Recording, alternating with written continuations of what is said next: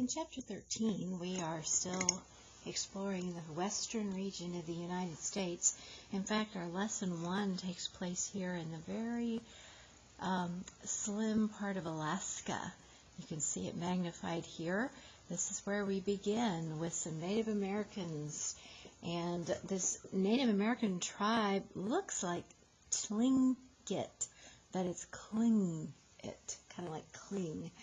And they are a tribe that lives in this region, this far west and northwest region. You can see on this page a wood carving that their tribe has made. Let's begin reading. You are there. 2 people enter the room carrying a dish full of food that's as large as a canoe. You've never seen so much food. You're a guest at a Tlingit potlatch. Your best friend's family is celebrating the raising of their new totem pole. Your friend's grandfather rises to give a speech welcoming his guests.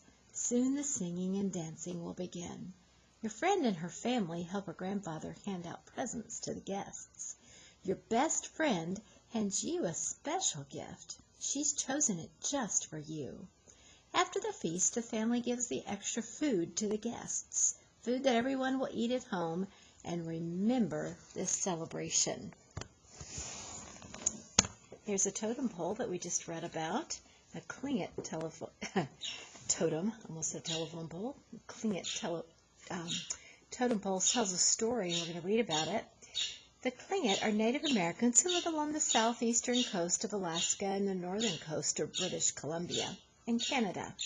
This area makes up the Tlingit cultural region. The influence of Tlingit culture is strong throughout this area.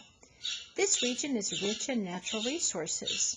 Vast forests grow there, and fish and game are plentiful. For hundreds of years, the Tlingit made good use of these resources. They fished for salmon and hunted deer and seals.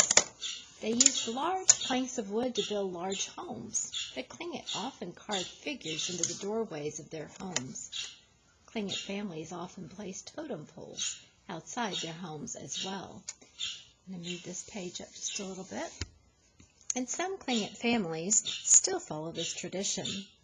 A totem pole is a tall post carved with the images of people and animals. These images are often brightly painted. They often represent the history of a family. The Tlingit lived in these homes during winter. During the warmer months, they moved to smaller wooden homes near hunting and fishing grounds. They carved wooden canoes for fishing and hunting. Because game and fish were so plentiful, the Tlingit were able to spend time making and trading goods such as canoes, blankets, copper tools, and ornaments and baskets and seal oil. They had a large trading network with other Native Americans.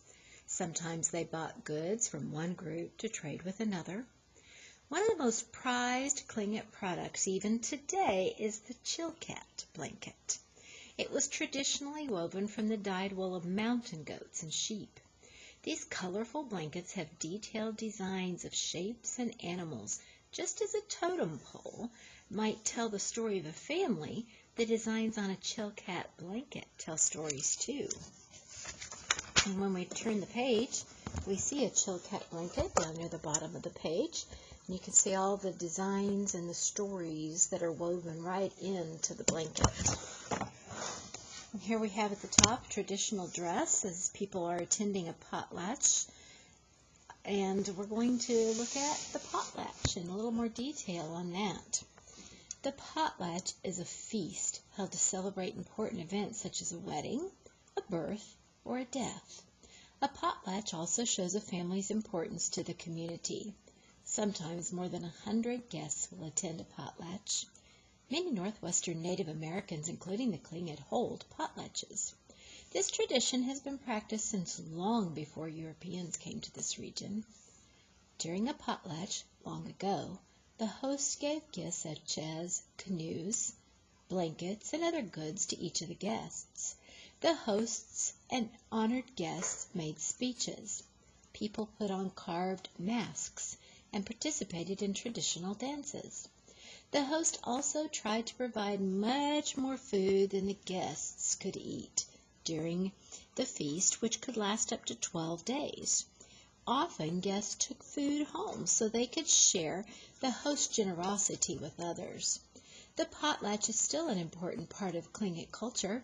Speeches, dancing, feasting, and gift-giving are still important parts of a modern potlatch, although there's a difference. Today's gifts often include money and household goods.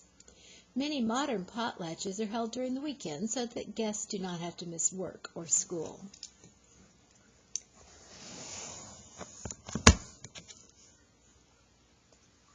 The Tlingit today.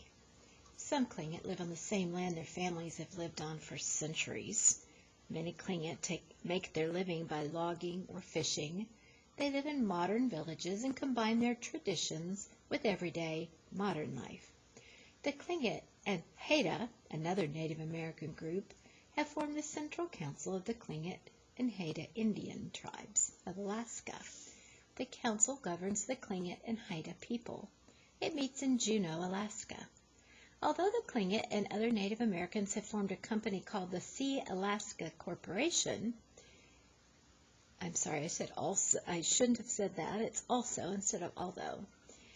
This corporation builds new buildings for the Tlingit and protects Tlingit property.